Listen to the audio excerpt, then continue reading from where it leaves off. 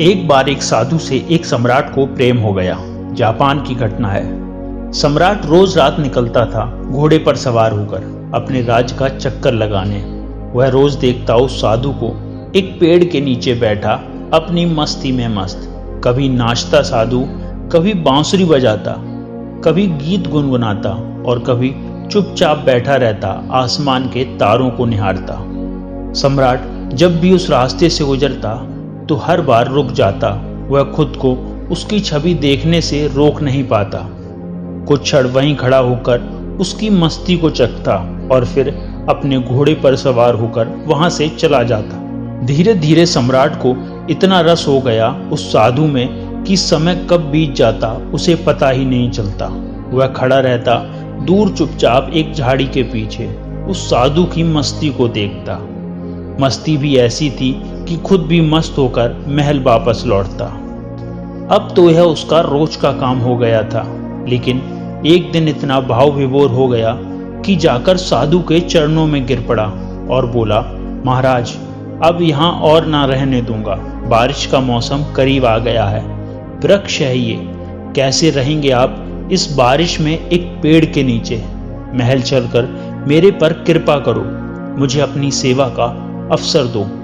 यह सुनते ही वह साधु तो उठ खड़ा हुआ और अपनी झोली उठा ली और कहा, चलो। यह देखकर सम्राट को बड़ा आश्चर्य हुआ।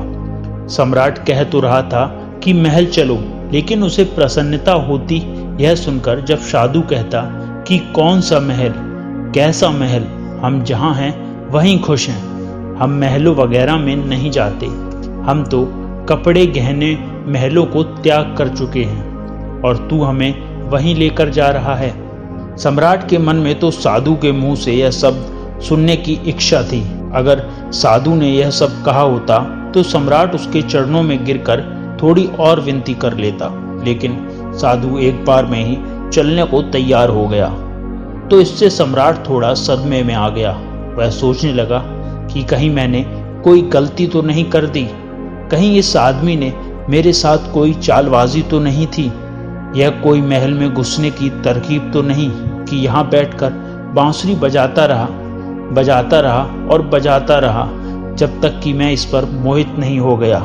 कहीं मेरे ऊपर ही तो जाल नहीं फेंक रहा, कहीं यह सिर्फ कांटा ही नहीं था मछली को फंसाने का, या मैं मूर्ख हूँ जो इसके चक्कर में पड़ गया। अब तो कुछ बोल भी नहीं सकता। इसने एक मौका भी तो ना दिया बोलने का। इसने एक बार यह भी तो ना कहा, नहीं, मैं यहाँ बहुत मजे में हूँ। क्या गर्मी, क्या बरसात, हमारे लिए सब एक हैं। सम्राट ने साधु की तरफ देखते हुए मन ही मन सोचा, क्या साधु है, यह आराम की बात आते ही तुरंत मान गया। सम्राट के मन से साधु के प्रति सारा सम्मान ही खत्म हो गया। सम्राट यह सब सोच ही रहा था कि तब तक वह साधु सम्राट के घोड़े पर चढ़कर बैठ गया। सम्राट को जिंदगी में पहली बार पैदल चलना पड़ा, जबकि वह साधु बड़े आनंद से घोड़े पर बैठकर जा रहा था। सम्राट के दिल को बड़ी चोट लगी। वह मन ही मन खुद को कोसने लगा कि यह तो मैंने बहुत जल्दबाजी कर ली, बहुत बड़ी गलती हो गई मुझसे इस साधु को पहचानने में। लेकिन अब सम्राट अपनी बात से पलट भी नहीं सकता था, अपनी जबान का पक्का जो था। सम्राट ने मन ही मन खुद से कहा, अब यह पड़ा रहेगा महल में, इतने सारे फालतू लोग पड़े हैं और अब यह भी पड़ा रहेगा। लेकिन अब सम्राट के मन से उस साधु के लिए प्रेम और सम्मान पूरी तरह से नष्ट हो चुका था। साधु तो महल पर जाकर आराम से रहने लगा, लेकिन सम्राट की समस्या दिन पर दिन बढ़ने लगी, क्योंकि वह साधु बड़ी मस्ती और आनंद में रहता था। सम्राट को साधु से ईर्ष्या होने लगी। जब यही साधु जंगल के वृक्ष के नीचे मस्त रहता था तो सम्राट के मन में उसके लिए आदर पैदा होता था कि वह क्या गजब का त्यागी है, कुछ नहीं है फिर भी कितना खुश है। साधु दो वृक्षों के नीचे भी बांसुरी बजाता था और महल में भी वह बांसुरी ही बजाता था। बस फर्क इतना था कि यहाँ वह मखमल के गद्दे में बैठकर बांसुरी बजाता था, यहाँ तो छाती में सांप लौट जाते थे। सम्राट के यह सब देखकर कि कैसा आदमी था मैं, यह कोई साधु है, सम्राट से भी ज्यादा शान और शौकत के साथ रहता है। सम्राट को तो कुछ चिंता फिक्र भी थी। आखिर उसकी समाज, परिवार, धन दौलत सब कुछ था। सैकड़ों चिंताएं थी उसको, लेकिन उस साधु को तो कोई चिंता नहीं थी। वह बस मस्त बांसुरी बजाए, नाचे गाए, अच्छा भोजन करे, कपड़े पहने। 6 महीने तक किसी तरह सम्राट ने उसे बर्दाश्त किया, लेकिन बात बढ़ती चली गई, सहन के बाहर हो गई। सम्राट के लिए तो एक दिन सम्राट ने साधु से बोल ही दिया, महाराज, एक प्रश्न पूछना था। अब मुझ में और आप में क्या फर्क है? साधु ने कहा, फर्क जानना चाहते हो? सम्राट ने कहा, जी महाराज। साधु ने कहा, तुम 6 महीने क्यों फालतू परेशान रहे? यह प्रश्न तुम्हें उसी समय पूछ लेना चाहिए था जब मैं तुम्हारे घोड़े पर बैठा था, क्योंकि मैंने तो देख ही लिया था कि यह प्रश्न तुम्हारे मन में उसी समय उठ गया था जब मैं झोला उठाकर राजी हुआ था। तुम्हारे साथ आने को मैंने उसी समय तुम्हारा चेहरा पढ़ लिया था। यह प्रश्न तो उसी समय तुम्हारे अंदर था। अरे मूर्ख, तूने 6 महीने तक बेवजह क्यों अपनी छाती जलाई? वहीं क्यों नहीं पूछ लिया? मैं झूला रखकर उसी पेड़ के नीचे बैठ जाता। कैसा संकोच, किस बात की लाज रखी तूने? लेकिन मैं इंतजार ही कर रहा था कि आखिर कब तक तुम पूछते हो। तो फिर कल सुबह फर्क बता ही दूंगा, लेकिन हाँ, नगर के बाहर जाकर बताऊंगा। अगले सुबह सम्राट जल्दी सोकर उठा, उत्सुकता यही जानने को कि आखिर क्या फर्क है। सम्राट ने सोचा कि आखिर क्या फर्क हो सकता है। मुझे तो कुछ नहीं लगता। खाना जो मैं खाता हूँ वही वह खाता है, और मुझसे भी ज्यादा मांगे करता है कि यह लाओ वो लाओ। मैं जिस कमरे में रहता हूँ उससे भी आलीशान कमरे में रहता है। मेरे 2-3 नौकरों से काम चल जाता है, और यह दिन भर 15-20 को उलझाए रखता है। इसकी जरूरतों का कोई अंत ही नहीं, मांगे ही चला जाता है। कपड़े शानदार पहनता है, जिससे कोई देखे समझे कि यह मेरा कोई मंत्री इत्यादि है। यह स्वयं इस महल का सम्राट दिखाई देता है। कम से कम महल के बाकी के लोग मुझसे डरते तो हैं, लेकिन इसकी आंखों में तो डर नाम की कोई चीज ही नहीं। बस पूरे दिन अपनी मस्ती में मस्त रहता है, बांसुरी बजाता है। अब देखूं तो आज क्या फर्क बताता है। सम्राट पहुंच गया सुबह सुबह साधु के कमरे में। वहां पहुंचकर देखा तो भौचक्का रह गया। वह साधु वही पुराने कपड़े पहने हुए जो वृक्ष के नीचे पहनकर बैठता था। एक हाथ में झोला और दूसरे हाथ में बांसुरी लिए तैयार खड़ा था। सम्राट को देखते ही साधु ने कहा, चले महाराज। इसके बाद वह दोनों महल से बाहर निकल गए। चलते चलते नगर की नदी पार हो गई। कुछ देर बाद वह नगर से काफी दूर निकल गए। सम्राट ने पूछा, अभी और कितना चलना है? साधु ने कहा, बस थोड़ी देर और। चलते चलते सुबह से दोपहर हो गई। सम्राट ने कहा, बस अब और आगे नहीं, जो भी कहना है यहीं पर कहो। साधु ने कहा, मैं तो आगे चलता हूँ, तुम साथ चलते हो कि नहीं? सम्राट ने थोड़ा क्रोधित होते हुए कहा, मैं कैसे चल सकता हूँ? मैं तुम्हारी तरह फकीर थोड़ी ना हूँ जिससे किसी बात की कोई परवाह नहीं है। मेरी बीवी, मेरे बच्चे, मेरी धन दौलत, मेरा साम्राज्य, सब कुछ मेरे से जुड़ा हुआ है।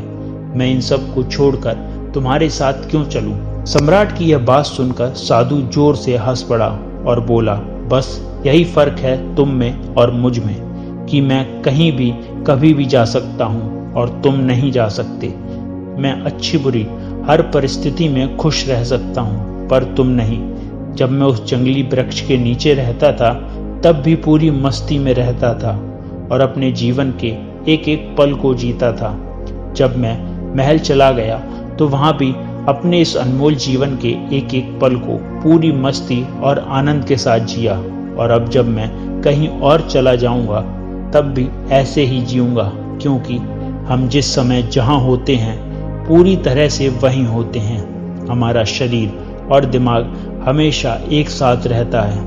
हम ना तो अपने अतीत के बारे में सोच सोच कर पश्चाताप करते हैं और ना ही अपने आने वाले कल की चिंता करके अपने आज को खराब करते हैं। हम तो बस आज में ही जीते हैं, क्योंकि हम समझ चुके हैं कि जीवन तो आज में है, अभी इसी पल को जीने में है। बस यही छोटा सा फर्क है तुम में और मुझ में कि तुम्हें परिस्थितियां चलाती हैं और हम परिस्थितियों को चलाते हैं। तुम खुश रहोगे या दुखी, यह तुम्हारे आसपास की घटने वाली घटना पर निर्भर करता है, लेकिन हमारे लिए ये घटनाएं जीवन का एक हिस्सा होते हैं जिन्हें हम तनिक भी विचलित नहीं होते और एक साइड से निकल जाते हैं। हम ना तो दुख आने पर विचलित होते हैं और न सुख आने में अति उत्साहित। हम हर परिस्थिति में खुद को मस्त और स्थिर रखते हैं, क्योंकि हमने जान लिया है कि ना तो दुख सदा रहने वाला है और ना ही सुख, इसीलिए हर हाल में मस्त रहते हैं। अचानक सम्राट को महसूस हुआ कि अरे, यह मैंने क्या कर दिया, इतने अद्भुत आदमी को खो दिया। 6 महीने इस आदमी के साथ रहा और एक दिन भी इस आदमी के संग सत्संग ना कर पाया।